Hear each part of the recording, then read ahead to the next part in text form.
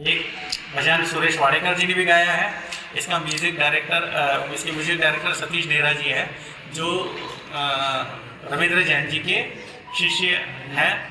इनमें कुछ भजन पूनम जैन ने और जो उनके रविंद्र जैन की सब इनके संबंधी हैं उन्होंने गाए हैं। मतलब गाने भी बहुत अच्छे हैं, पिक्चर भी बहुत अच्छी बनी है, हाई रेजोल्यूशन में बनी है, ट्रैक साउंड बहुत अच्छे हैं, बैकग्राउंड म्यूजिक बहुत अच्छा है। और इसको देखने से आपको सब पता पड़ेगा। आज तक लोग जो भक्त लोग मंगल पाठ सुनते हैं और जो गाते हैं, उनको एक ये है कि इस पिक्चर में मंगल पाठ सुनने भी मिलेगा, गाने भी सुनने मिलेंगे और देखने भी मिलेगा कि युद्ध कैसे हुआ, कोई भी चीज़ कैसे की गई है, जो पूरा अपन किताब पढ़ते हैं वो देखने मिलेगा।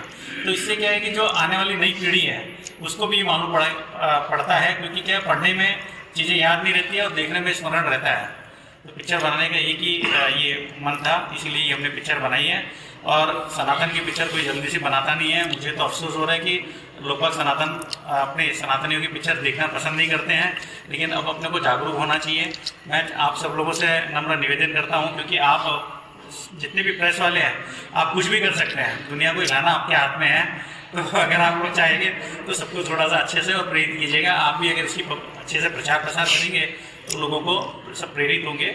और मैं चाहूँगा कि सब लोग यहाँ पे अजमेर निवासी के साथ साथ में पूरा भारतवर्ष, बल्कि पूरा विदेशों में भी, जहाँ पिक्चर बैंकॉक, दुबई, काठमांडू ये सब लगाने की, नेपाल ये सब जगह लगाने की प्लानिंग में है, सब लोग इस पिक्चर को जरूर देखें, क्योंकि ऐसी पिक्चरें वापस से कोई जल्दी से बनाने की हिम्मत नहीं करेगा।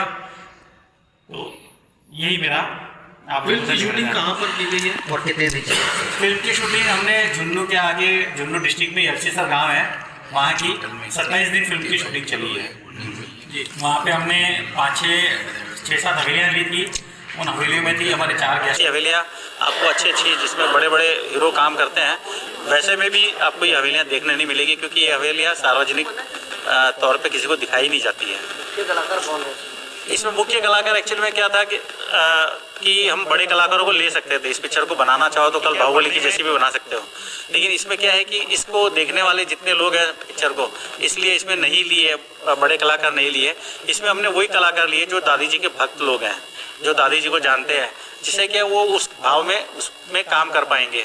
इसमें कई है जो मंगल पाठ करते हैं, मंगल पाठ के सिंगर हैं, दादी जी के भक्त लोग हैं। कुछ अजमेर से थे, कुछ झुन्नू से थे, कुछ कलकत्ता से थे, जयपुर से थे, सब भोपाल से भी थे, बम्बई से भी थे, सब मिले जुले हैं। और हर एक को हमने मौका दिया। जिस मेरे पास में जिनका भी फ़ोन आया, किसी भी दादी भक्त का, किसी सिंगर का, किसी का गायक का फ़ोन आया कि नहीं हमको काम करना है, मैंने तो उनको यही कहा कि आप तुरंत गाड़ी पकड़ो और आ जाओ। और सबको मौका दिया, जितना हो सका हमने मौका दिया।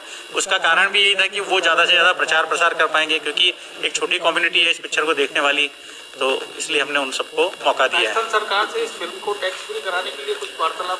मैंने उनको भजन लाल जी सर को मैंने एक पत्र दिया है, दिए हुए भी काफ़ी समय हो गया है। मैं फॉलो वापस से करना है उनका, लेकिन मुझे लगता नहीं है कि ये मुझे टैक्स फ्री मिलेगी। मेरी पिक्चर ये सेंसर क्लियर ज़रूर है, सेंसर में इसमें कोई अड़चन नहीं आई, सेंसर क्लियर है। हमने दिया कुमार जी को और इनको इनवाइट भी कर रहे हैं, भजन लाल जी सर को हम इनवाइट भी कर रहे हैं।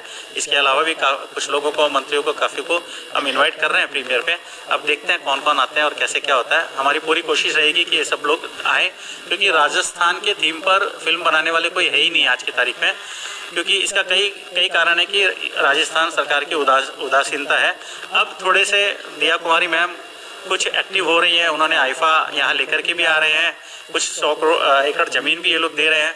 क्योंकि जितने भी बम्बई वाले आते हैं वो यहाँ से शूटिंग करके तो चले जाते हैं, लेकिन उसमें राजस्थान का नाम कहीं नहीं दिखता है। आज राजस्थान की जो प्रॉपर्टी है वो पूरे भारत में आपको किसी भी स्टेट में नहीं मिलेगी, चाहे झीलें हो।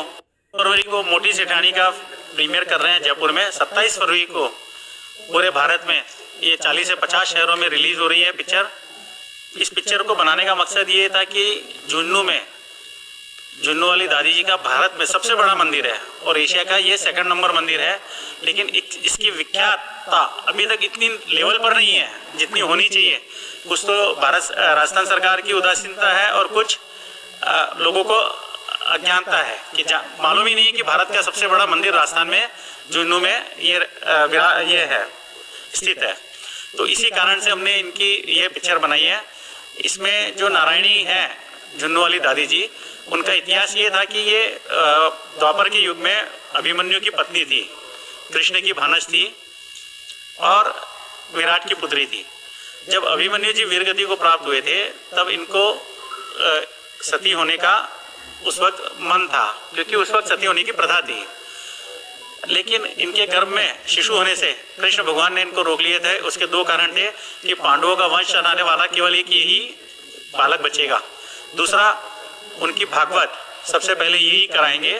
तो कृष्ण भगवान का ये दो कारण से इन्होंने उसको सती होने से रोक लिया था और वरदान दिया था कि तू कलयुग की महासती होगी। वही उत्तरा का जो बालक है वो राजा परीक्षित के नाम से प्रसिद्ध हुए और इन्होंने 750 वर्ष पूर्व कलयुग में जन्म लेकर नारायणी के नाम से ये डोकवा गांव में जन्म लिया इन्होंने। और तन्ननदास जी, अभिमन्यु ने तन्ननदास जी के नाम से जन्म लिया और वो हिसार में बसे।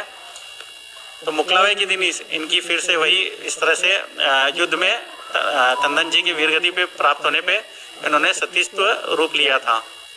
आज इनके भारत में और विदेशों में मिला के 950 मंदिर है। यह आप लोगों को ताज्जुब होगा जान करके कि 950 मंदिर कोई ऐसे ही नहीं बनाता है। किसी न किसी को कोई ना कोई दादी का चमत्कार दिखा या भाव दिखे तब वो बनाते हैं। और मंदिर बहुत अच्छे अच्छे बने हैं इनके अमेरिका में, लंदन में, बैंकॉक में, रंगून में, बर्मा में, काठमांडू में और हांगकांग में, ऐसी कंट्री में भी दादी जी के मंदिर है। तो इसीलिए ये हमने पिक्चर बनाई है। इसमें हमने पूरे दादी जी का जो मंगल पाठ है नारायणी चरितमानस, उसके ऊपर इसको बेस बनाया है। इसमें दादी जी का जन्म उत्सव, पूर्व जन्म की कथा, दादी जी का ब्याह, फेरे, सब आनंद मंगल विदाई और दादी जी का युद्ध, ये सब हमने इसे बहुत अच्छी तरह से दिखाया है। इसमें 5 गाने हैं, 5 भजन। ये नम्र निवेदन है कि मैं इस वीडियो के साथ में आपको एक QR कोड भी भेज रहा हूँ। इस QR कोड में आप जो भी जहाँ पर शहर में रहते हैं वहाँ की आप टिकट, इस QR कोड पर हमें 250 रुपीज़ की टिकट है, वो आप बुक कर करके हमें भेजने की कृपा करें। मैं आपको एक नंबर दे रहा हूँ, इस नंबर पर आप अपना नाम और शहर का नाम लिख करके भेजें, जिससे क्या है कि हम इसको जनवरी में रिलीज कर पाएंगे। वैसे भी हम रिलीज तो करेंगे ही, लेकिन अगर आप लोग सहयोग करेंगे तो ये बहुत जल्दी रिलीज होगी और बड़े पैमाने पर रिलीज होगी। हम चाहते हैं कि ये पिक्चर आप सभी लोग देखें, कोई भी मिस नहीं करे। जितने ज्यादा देखेंगे उतना अच्छा है। आप सबके सहयोग की आवश्यकता है हमें।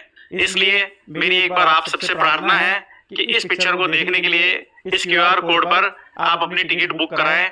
हमारे पास में कई संस्थाओं ने बड़ी बुकिंग भी कराई है। उन्होंने खुद की बुकिंग करा करके वो वहाँ का कार्य वो खुद ही मैनेज कर रहे हैं।